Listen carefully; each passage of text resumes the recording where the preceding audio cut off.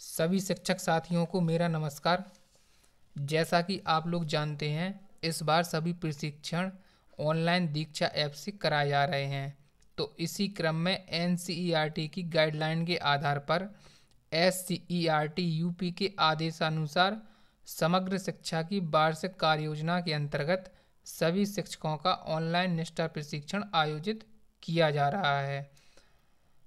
आपकी जानकारी के लिए बता दूं, पूर्व में ऑफलाइन प्रशिक्षण ले चुके शिक्षकों को भी इस ऑनलाइन प्रशिक्षण में प्रतिभाग करना है, क्योंकि ऑनलाइन प्रशिक्षण में कुछ अतिरिक्त कोर्स को जोड़ा गया है जो कि ऑफलाइन संस्करण में नहीं था।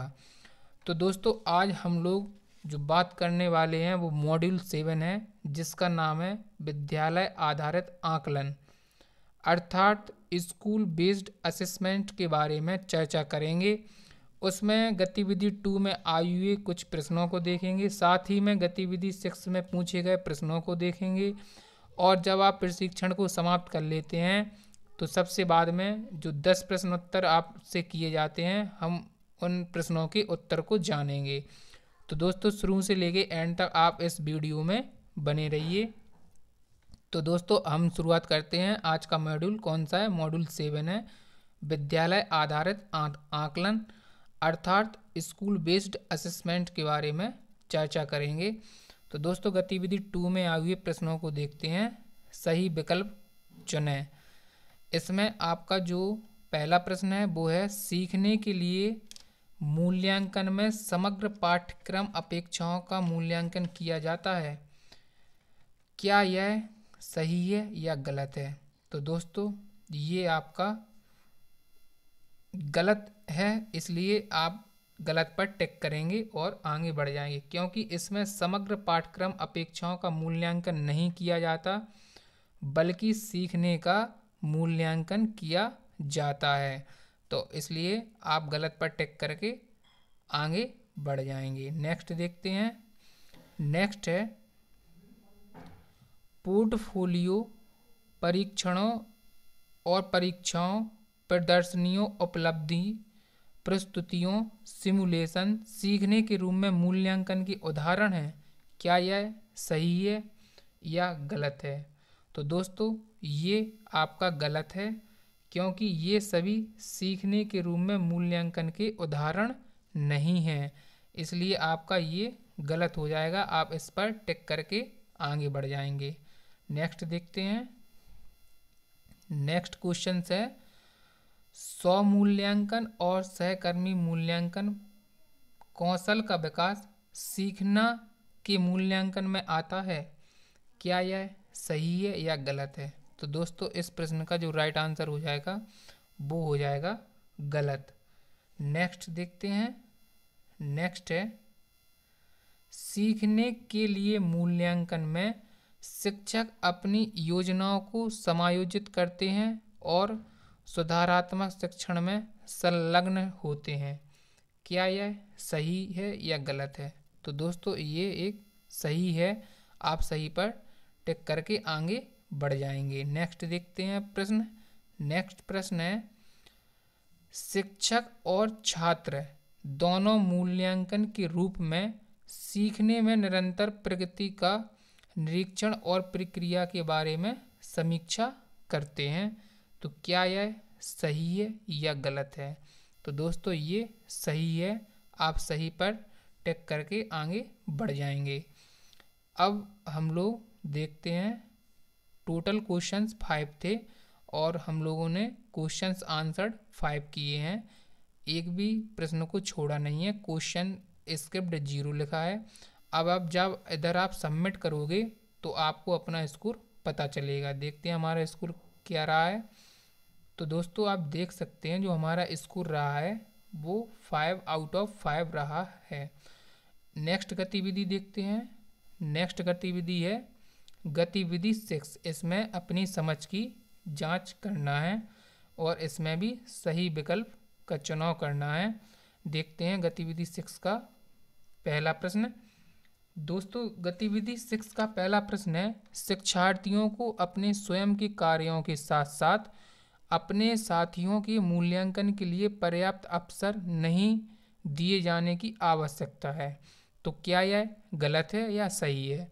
तो ये एक गलत है, क्योंकि शिक्षार्थियों को अपने स्वयं के मूल्यांकन के लिए अवसर तो देने ही चाहिए और इसके साथ साथ अपने साथियों के मूल्यांकन के भी अवसर देने चाहिए। तो दोस्तों इसलिए ये गलत हो जाएगा और आप गलत पर टिक करके आगे बढ़ जाएंगे। नेक्स्ट देखते हैं। नेक्स्ट है क्षेत्र का दौरा, सर्वेक्षण, कलाकारी जैसे मॉडल बनाना, रंगोली बनाना, प्रयोग परियोजनाएं आदि समूह कार्य की मांग करते हैं और प्रक्रिया कौशल के साथ साथ सामाजिक कौशल का आकलन करने के लिए उत्कृष्ट अवसरों के रूप में उपयोग किया जा सकता है। तो दोस्तों क्या यह सही है या गलत है? तो दोस्तों ये सही है और आप सही पर टिक करके आगे बढ़ जाएंगे। नेक्स्ट देखते हैं। नेक्स्ट है पोर्टफोलियो से माता पिता अपने अभिभावकों की क्षमताओं और उनकी रुचियों के बारे में जान सकते हैं, जिसकी वे अनदेखी करते हैं, और प्रतिक्रिया के साथ अब वे अपने बच्चों की प्रगति के लिए समर्थन कर सकते हैं। तो क्या यह सही है या गलत है? तो दोस्तों ये एक सही है, आप सही पर टिक करके आगे बढ़ जाएंगे। नेक्स्ट देखते हैं। नेक्स्ट है रूब्रिक्स में गैर लचीलेपन और अनुकूलनशीलता होती है, जो बहुत कम अन्य मूल्यांकन उपकरण के पास होती है। तो क्या यह सही है या गलत है? तो दोस्तों ये गलत है, आप गलत पर टिक करके आगे बढ़ जाएंगे। नेक्स्ट देखते हैं। नेक्स्ट है एक रूब्रिक्स कई कार्यों पर छात्रों का आकलन करने के लिए उपयोग किए जाने वाले मानदंडों का एक व्यापक समूह होता है। तो दोस्तों क्या यह गलत है या सही है? तो ये गलत है, आप गलत पर टिक करके आगे बढ़ जाएंगे। दोस्तों हम लोगों ने गतिविधि 6 में टोटल क्वेश्चंस 5 थे और हम लोगों ने जो आंसर दिए हैं 5 क्वेश्चंस के आंसर दिए हैं। क्वेश्चंस स्क्रिप्ट 0 है, हमने कोई भी क्वेश्चंस को छोड़ा नहीं है। अब जब आप इधर सबमिट करोगे तो आपको अपना स्कोर पता चलेगा। देखते हैं हमारा स्कोर कितना रहा है। तो दोस्तों हमारा स्कोर रहा है 5/5, अर्थात हम लोगों ने 5 में से 5 नंबर प्राप्त किए हैं। नेक्स्ट देखते हैं। इसका जो अंतिम भाग होता है वो होता है प्रश्नोत्तरी का। मॉड्यूल का अंतिम भाग प्रश्नोत्तरी होता है और इसमें 10 क्वेश्चंस किए जाते हैं। हम इन्हीं 10 क्वेश्चंस के आंसर को जानेंगे। तो दोस्तों पहला प्रश्न है गणित में सीखने की असक्षमता का आकलन निम्नलिखित परीक्षणों में से किसके द्वारा उचित रूप से किया जा सकता है? तो दोस्तों ये किया जा सकता है नैदानिक परीक्षण द्वारा। इसका जो राइट आंसर हो जाएगा वो हो जाएगा नैदानिक परीक्षण। अगर हमें बच्चों की सीखने की असक्षमता का हमें आकलन करना है तो उसके लिए हमें नैदानिक परीक्षण करना होगा, इसलिए इस प्रश्न का आंसर नैदानिक परीक्षण हो जाएगा। और बाकी के आपके ये तीनों ऑप्शन, एक ये वाला ऑप्शन और एक ये और ये, आपके गलत हो जाएंगे। नेक्स्ट देखते हैं। नेक्स्ट प्रश्न है एक शिक्षक कक्षा के कार्य को एकत्रित कर पढ़ती है, फिर छात्रों की ज़रूरतों को पूरा करने के लिए अगले पाठ की योजना बनाते हुए समायोजित करती है। वह कर रही है, तो वह क्या कर रही है? सीखने का आकलन कर रही है, सीखने के रूप में आकलन कर रही है, या सीखने के लिए आकलन कर रही है, या सीखने पर आकलन कर रही है। तो दोस्तों एक बार फिर से पढ़ते हैं। एक शिक्षक कक्षा के कार्य को एकत्रित कर पढ़ती है, फिर छात्रों की ज़रूरतों को पूरा करने के लिए अगले पाठ की योजना बनाते हुए समायोजित करती है। वह कर रही है, तो सीखने के लिए आकलन कर रही है वह, इसलिए इस प्रश्न का जो राइट आंसर रहेगा वो सी रहेगा, क्योंकि वह सीखने के लिए आकलन कर रही है। नेक्स्ट प्रश्न की तरफ बढ़ते हैं।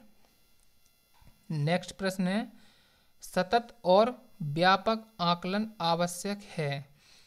तो दोस्तों सतत और व्यापक आकलन यह समझने के लिए कि कैसे अधिगम को अवलोकन, रिकॉर्ड और बेहतर बनाया जा सकता है, इसलिए सतत और व्यापक आकलन आवश्यक है। आपके बाकी के ये तीनों ऑप्शन गलत हो जाएंगे।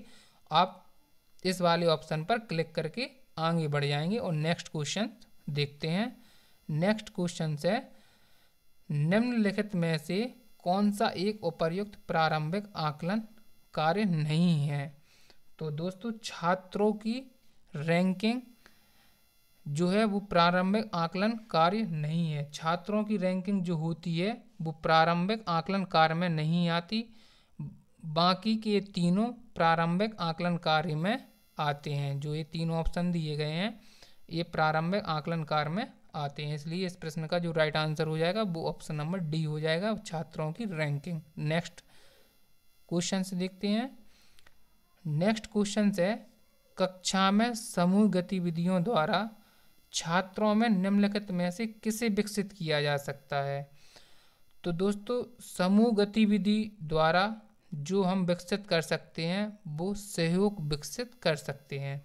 अगर समूह में गतिविधि कराई जा रही है तो बच्चों में सहयोग की भावना को विकसित किया जा सकता है। उसमें बच्चों में नेतृत्व की भावना को विकसित किया जा सकता है तो नहीं किया जा सकता, इसलिए ये गलत हो जाएगा। अनुशासन ये भी आपका गलत हो जाएगा और उत्साह की भावना ये वाला ऑप्शन भी गलत हो जाएगा। इसमें इसका जो राइट आंसर रहेगा वो ऑप्शन नंबर सी रहेगा, सहयोग। आप ऑप्शन नंबर सी पर क्लिक करके आगे बढ़ जाएंगे और नेक्स्ट क्वेश्चन देखते हैं। नेक्स्ट क्वेश्चन है, छात्र अधिगम मापदंड अर्थात बैच मार्किंग हिस्सा है। तो दोस्तों छात्र अधिगम मापदंड अर्थात बैच मार्किंग हिस्सा है तो वो है सीखने का आकलन। सीखने का आकलन, सीखने के आकलन का हिस्सा होता है कौन, छात्र अधिगम मानदंड, इसलिए इस प्रश्न का जो राइट आंसर हो जाएगा वो ऑप्शन नंबर सी हो जाएगा। सीखने के रूम में आकलन ये गलत हो जाएगा, सीखने पर आकलन ये भी गलत हो जाएगा, सीखने के लिए आकलन ये वाला ऑप्शन भी गलत हो जाएगा। सीखने का आकलन होता है इसलिए सी ऑप्शन इसका राइट हो जाएगा। और नेक्स्ट क्वेश्चन देखते हैं। नेक्स्ट क्वेश्चन है, निम्न में से कौन सी विद्यालय आधारित आकलन एसबीए की मुख्य विशेषता है। तो दोस्तों एसबीए की विद्यालय आधारित आकलन एसबीए की मुख्य विशेषता क्या है, तो योग्यता आधारित गतिविधि इसकी मुख्य विशेषता है। मतलब जो विद्यालय आधारित आकलन अर्थात एसबीए होता है उसकी कौन सी मुख्य विशेषता होती है, तो दोस्तों ये बताना था। तो इसकी योग्यता आधारित गतिविधि इसका राइट आंसर हो जाएगा, अर्थात विद्यालय आधारित आकलन में योग्यता आधारित गतिविधि कराई जाती है। नेक्स्ट क्वेश्चन देखेंगे। अब नेक्स्ट क्वेश्चन अपना है, आकलन का उद्देश्य है। आकलन का उद्देश्य क्या है, तो किसी एक विषय में छात्र का परीक्षण करना ये गलत हो जाएगा, ये उद्देश्य नहीं होता है आकलन का। किसी छात्र को अंक प्रदान करना ये भी गलत हो जाएगा। किसी चीज़ की गुणवत्ता के बारे में निर्णय लेना, तो ये वाला ऑप्शन आपका सही हो जाएगा। आकलन का उद्देश्य जो होता है वो किसी चीज़ की गुणवत्ता के बारे में निर्णय लेना होता है। नेक्स्ट देखते हैं। नेक्स्ट क्वेश्चन है, निर्देश के अंत में उपलब्धि का आकलन करना। निर्देश देने के बाद उपलब्धि का आकलन करना, इसका मतलब आप सीखने का आकलन कर रहे हैं, तो इसका सही ऑप्शन ए हो जाएगा। निर्देश देने के अंत में या निर्देश देने के बाद उपलब्धि का आकलन करना, इसका मतलब आप क्या कर रहे हैं, आप सीखने का आकलन कर रहे हैं। तो इसलिए इस प्रश्न का जो राइट आंसर रहेगा वो ऑप्शन नंबर ए हो जाएगा। आप ऑप्शन नंबर ए पर क्लिक करके आगे बढ़ जाएंगे। सीखने के रूप में आकलन है ये गलत हो जाएगा। नैदानिक आकलन ये भी गलत हो जाएगा। सीखने के लिए आकलन है ये भी गलत हो जाएगा। आपके ये तीनों ऑप्शन गलत हो जाएंगे। इसका जो राइट ऑप्शन रहेगा वो ऑप्शन नंबर ए राइट हो जाएगा, सीखने का आकलन है। नेक्स्ट देखते हैं। नेक्स्ट क्वेश्चन है, अधिगम का अनुवीक्षक आकलन हिस्सा है। तो दोस्तों ये है अधिगम का अनुवीक्षक आकलन का जो हिस्सा होता है वह रचनात्मक आकलन का हिस्सा होता है। इसलिए इस प्रश्न का जो राइट आंसर रहेगा वो ऑप्शन नंबर सी राइट हो जाएगा। अब ऑप्शन नंबर सी पर क्लिक करके आगे बढ़ जाएंगे नेक्स्ट क्वेश्चंस की तरफ। दोस्तों हम लोगों ने टोटल क्वेश्चंस 10 थे और क्वेश्चंस आंसर्ड जो हमने आंसर दिए हैं वो 10 क्वेश्चंस के आंसर दिए हैं। किसी भी क्वेश्चन को छोड़ा नहीं है, क्वेश्चंस स्क्रिप्ट 0 लिखा है। अब आप इधर सबमिट करेंगे तो आपको अपना स्कोर पता चलेगा। देखते हैं हमारा स्कोर क्या रहा है। दोस्तों हमारा स्कोर जो रहा है वो 10 आउट ऑफ 10 रहा है, अर्थात हमने 10 में से 10 अंक प्राप्त किए हैं। तो दोस्तों ये था मॉड्यूल 7 विद्यालय आधारित आकलन। दोस्तों यदि तक आप हमारे चैनल पर पहली बार विजिट कर रहे हैं तो चैनल को सब्सक्राइब कर लीजिए। आपको निष्ठा प्रशिक्षण से संबंधित इसी तरह के वीडियोज मिलते रहेंगे। Thank you.